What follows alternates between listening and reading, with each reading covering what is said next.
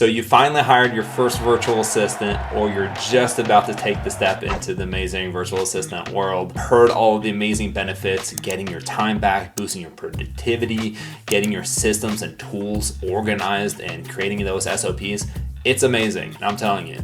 But right now, you're probably wondering, where do I even start? How do I onboard them? What do I do first, and how do I even measure their success when they are joining my team? Here's the truth, business owners don't fail because they're hiring the wrong virtual assistant.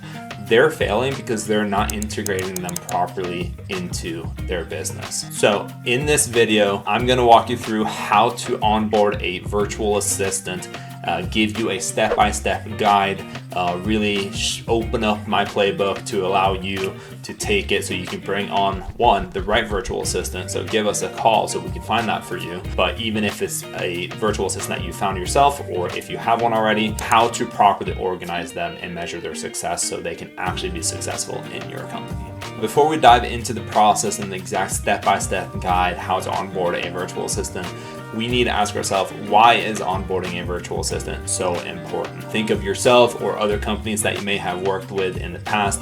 When they're hiring an employee, they don't simply give them a laptop and just say, here you go, good luck, figured it out. But a lot of business owners, when they bring on their virtual assistant, they kind of follow this guideline because they're just simply not prepared to bring on that virtual assistant. Fair warning, you do not need to be 100% ready, have everything totally organized to bring on a virtual assistant. We'll talk about that in another video on how to have a virtual assistant create SOPs with you and actually start growing this business with you, which is my recommended way of doing it, the way that I did it, actually myself. Why onboarding is so important is because now you're giving them confidence. You're giving them really step-by-step guides on how to be successful in your business, how to communicate properly, how to ask questions, what you want them to focus on. You're really setting the foundation for their success within your business without handing them a laptop and just saying good luck. That will create a lot of uncertainty. That will have them second guessing, that will have them getting frustrated, and ultimately you just won't get the results that you are looking for when you're bringing on that virtual assistant to have all of those amazing benefits, which we have talked about in the past. Let's get into it. Again, my name is Evan Backlid. If you are not subscribed to the channel, we talk about everything virtual assistant, of course, but everything business efficiency and how to really organize your business for success. Hit that subscribe button. And if you're looking to bring on a virtual assistant into your company, click the link in the description below. Book a strategy session with me. It is not a sales call. It is just for us to have some time to get to know each other, to really see if you and your business is ready for a virtual assistant, and we can then decide from there. My goal in this channel is to give you as much value, as much education as you can, so you can feel confident stepping into the world of virtual assistants and VA. Let's get right into the step-by-step guide on how to onboard your brand new VA.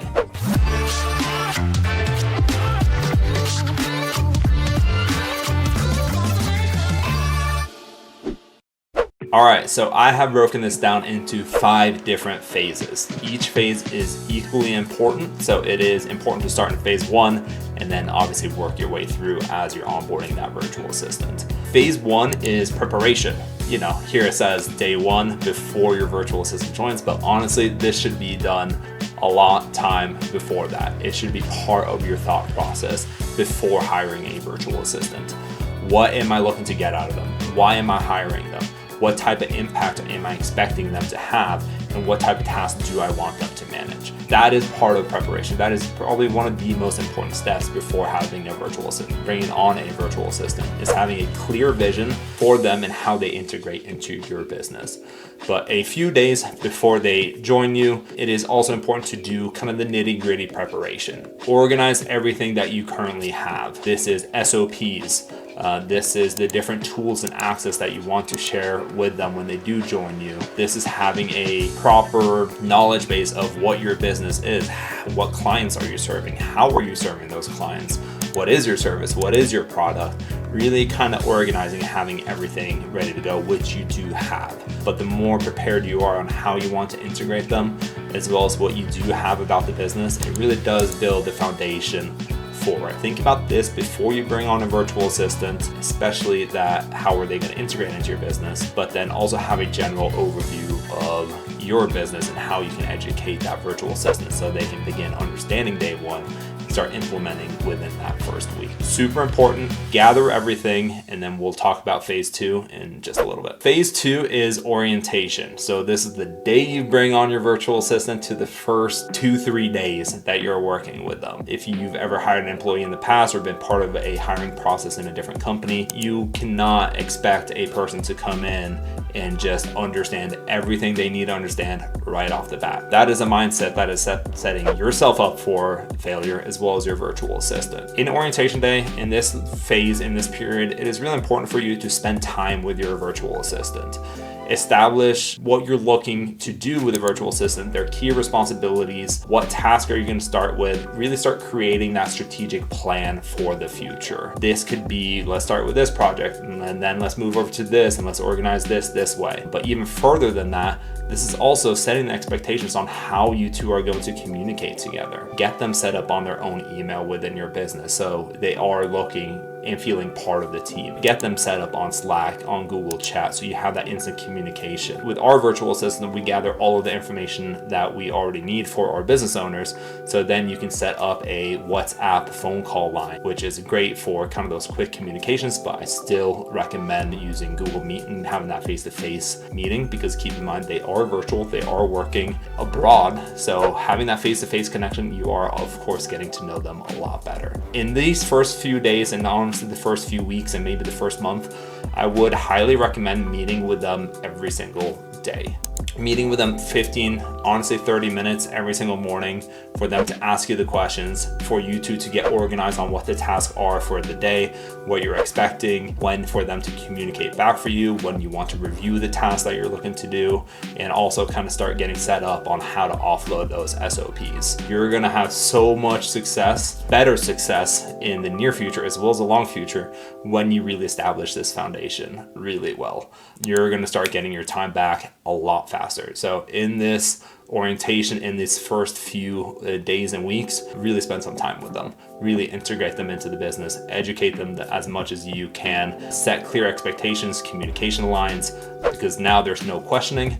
They won't get frustrated, you won't get frustrated, you're both on the same page, and you can start progressing a lot faster. And I can promise you, you're gonna get those 20+ hours back way sooner than just bringing them onto your business saying, hey, good luck, I want you to start on this project. The last thing I want to say about orientation phase is you are bringing a person onto your team, right? Make them feel welcome, make them feel a part of the team.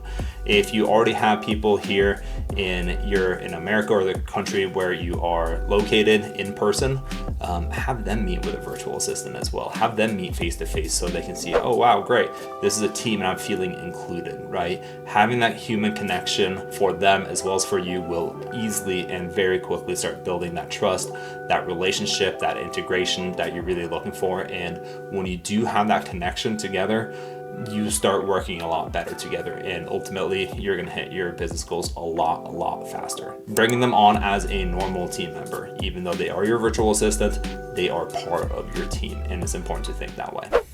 All right, so now we are in phase 3. So this is the training and shadowing phase. Then let your virtual assistant the first few days really start understanding your business, start understanding your goals, what you're looking for, how to communicate, let them get situated. Right now, it's time, in the orientation phase, we also created that project plan and kind of those next steps. Right now it's time to start digging into those and start actually executing on those training plans and those project plans that you're looking to offload. Again, this is going to be a lot of meeting between you and the virtual assistant. Take the time and carve it out for your virtual assistant. I can't stress this enough. It is so important. In the future, we can start scaling it back, right? Every 2 days, twice a week, and do more of those instant connection when it's necessary. But especially in the beginning, have that structured meeting timeline with your virtual assistant. I can't stress that enough and how beneficial that really gets. In this training and shadowing phase is actually where we're going to start creating those SOPs. So that video is coming out very soon on exactly how to start structuring and working in this phase that we're going to talk about. But I mentioned in I think it was the last video, is those 4 different steps. Is when you are meeting with your virtual assistant, you are going to go on a Google Meet. you are going to record that Google meeting and have the virtual assistant in there. So let's say the first project that you want to start offloading is managing your inbox. When you are waking up in the morning and you're starting your day and your virtual assistant starting your day or her day or his day, have them join the meeting when you're starting to go through the emails. Do this for 2 weeks. They'll understand your email and your inbox so well. So she knows to put that into a specific label or a specific folder. And then also she'll see, oh yeah, these are promotion emails. I can simply click them as unread. You can unsubscribe, have them unsubscribe for you, or filter it into a spam folder, whatever you want to do, right? But having that time together and really tackling those on the call together, one, allows her or him to understand what you're looking for when it does come to inbox management, which folder to do, when to reply for themselves, when to draft those replies, and then you can slowly start handing over the inbox management over to them. Don't expect day one that a virtual assistant will come in and completely take over your inbox and do it fantastically. One, you don't want that because you don't want them messing up any workflow that you already have in there, right? We need to integrate them into the workflow and then start progressing from there. So super important, start project by project. That is one thing I also want to mention in this phase is work on inbox management. And then, okay, yeah, let's do calendar management. Start working project by project. Make sure that you have the recording, have them write the SOPs of step 1, step 2, step 3, step 4, have that meeting reviewing it so you can keep fine-lining it and tuning it. And then, hey, let's meet in a week to kind of look at the progress and see if we need to change anything. Move along to the second one. Okay, great. You feel confident here? I'm going to allow you to start handling this. Now let's do work on calendar management together. Start working those projects by project instead of just data dumping and process dumping everything on your virtual assistant at once. It is a guaranteed way to everyone's going to get confused. You're not going to get the results. They're not going to be happy. So keep it strategic and keep moving along that way. That's training and shadowing. This, of course, is a phase that is early on in your relationship, but this is a phase that will keep going for the foreseeable future. I still do this with my virtual assistants many years that we've been working together. If there's a new thing that I'm looking to bring on, cold email marketing, LinkedIn marketing, how are we going to do this? Let's figure it out together, and then we start handing it over. All right, phase 4 is integration. So really start actually delegating things to your virtual assistant. This comes up pretty fast. After you've done the training, done the shadowing, start low, start small, and then keep growing from there, even within the projects, and then adding more and more projects to the virtual assistant, right? So what do I mean by that? Let's take the email management, for example, at the same time. When you are integrating and allowing them to kind of step in and start taking that over for you, set a schedule. Every morning, midday, as well as at the end of your day, I want you to be managing my inbox. As soon as they're done with it, tell them, hey, let me know if you're done. Let me know so we can review this together. Just do a quick review, because if you're checking and nipping small things in the bud right away, they're going to learn a lot faster and you're going to get the results that you're looking for a lot faster. Start small, start handing more and more and more over from there within the projects, and then keep adding more projects on from there. When you're adding more projects, go back into the training and shadowing phase, and then go into the integration phase. So it's kind of like a yo-yo going back and forth between these two phases, so you can keep structuring and keep getting more off of your plate and more over to the virtual assistant. Phase 5 is performance and feedback, right? Again, phase 3, 4, and 5, these are going to be interchangeable kind of throughout the whole entire relationship with your virtual assistant, but it is really important to give feedback when you are handing over or training your virtual assistant on systems and on the processes and how you want things to be handled. This allows you to get a benefit much sooner because you are working with a virtual assistant and correcting things as things need to be corrected, instead of waiting a whole month for a project. Then, hey, this is wrong, we need to redo this, right? That's a waste of the time. Invest your time now to structure it properly for the future. Really look at that performance, talk through it, and this isn't just a performance of your virtual assistant, this is also a performance review of you, right? So this is a collaboration. This is a two-way street. Executive and virtual assistant, you two need to become a team, right? And a team, a coach, a team, we take accountability both ways. So it is also, hey, what can I do better to properly offload or set you up for success? Get that feedback from the virtual assistant. Allow them to have a voice, allow them to feel confident and have that relationship with you. I can promise you it is a game changer. It is a huge game changer, because now they have the confidence. They're going to bring their own ideas into your systems, into your processes. And honestly, the base stuff that you started and created in the training and shadowing, they're now going to be able to evolve that into something much better. All right, so there you go. Those are the 5 phases to properly onboard a virtual assistant, a VA, into your team. Towards the latter end of it, it is pretty fluid. It will go back and forth as we discussed. The first one is giving them their email within your business. One, this is great if they're going to be communicating with clients or leads or anyone within the business or within your client's business. It brings that credibility to their name, having that domain set up. Give them a email signature, right? Like, they are part of your team, and really want that to feel for their part, but also your clients and also your other potential employees here in America's Part. So get them an email, set up. Number 2 is really important, set up an instant chat type way, right? We don't want these long email threads. It's just not efficient. So set up a Slack. If you don't have a Slack, set up a Google Chat. Talk about that probably in another video. I don't have that scheduled, but that's a great idea. Is how to organize your instant chats with a virtual assistant and the different projects that you are working on. This way you're going to have a log of things. If it's email management, take everything in email management, talk about it in that thread. So everything is clearly communicated in right there. And of course, if something happens, if anything pops up, you can be like, hey, let's jump into the Google Meet, let's jump into the Zoom right away, and they'll see it, jump in, you're not wasting any time. The third piece of communication I would highly recommend is with all of our virtual assistants and the clients that we work with and place a virtual assistant into their business, is we gather all the necessary data that you as a business owner need. Over in the Philippines and other countries, they use WhatsApp religiously. This is a great way for you to quickly pick up the phone and give your virtual assistant a call. Really, the top 3 things is really establishing that communication flow, as well as that meeting flow. Hey, we're gonna meet 50 minutes every single morning for the next 3 weeks, right? Great, set those expectations. The last tool in the system that I wanna talk about is a project management tool. The way that we use these project management tools like Asana, Trello, Monday.com, it can also be Google Documents, for example. Honestly, like a foldering system in Google Documents and having a proper document outlining SOPs is, as I mentioned, is hosting and having those SOPs. So this is where your virtual assistant is going to save how to do email management and save the link to the recording that you have done together, and really start building out that knowledge database from day one. We'll dive into that a bit deeper in the next video, but make sure to establish these tools before you bring on a virtual assistant, or at least in the first few days when you're having that integration and that onboarding process with them. The last thing I almost forgot, LastPass. Or OnePass. It's a safe password sharing tool.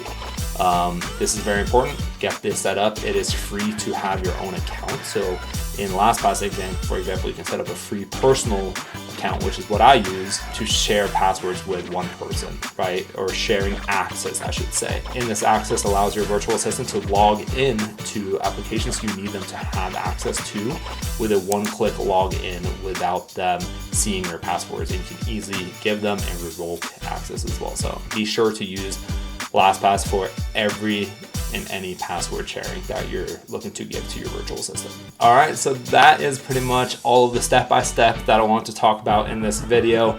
I'll quickly go over a few sections. Is how do you measure that success within the first week with your virtual assistant, right? One, you start to see that they're starting to feel comfortable.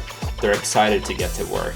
They're engaging much more compared to the first day, because everyone on the first day of the job of a position, you're naturally nervous. So towards the end of that Friday, they're engaging a lot more. They're asking smarter questions. They're beginning to build out those SOPs and really start integrating them into the business.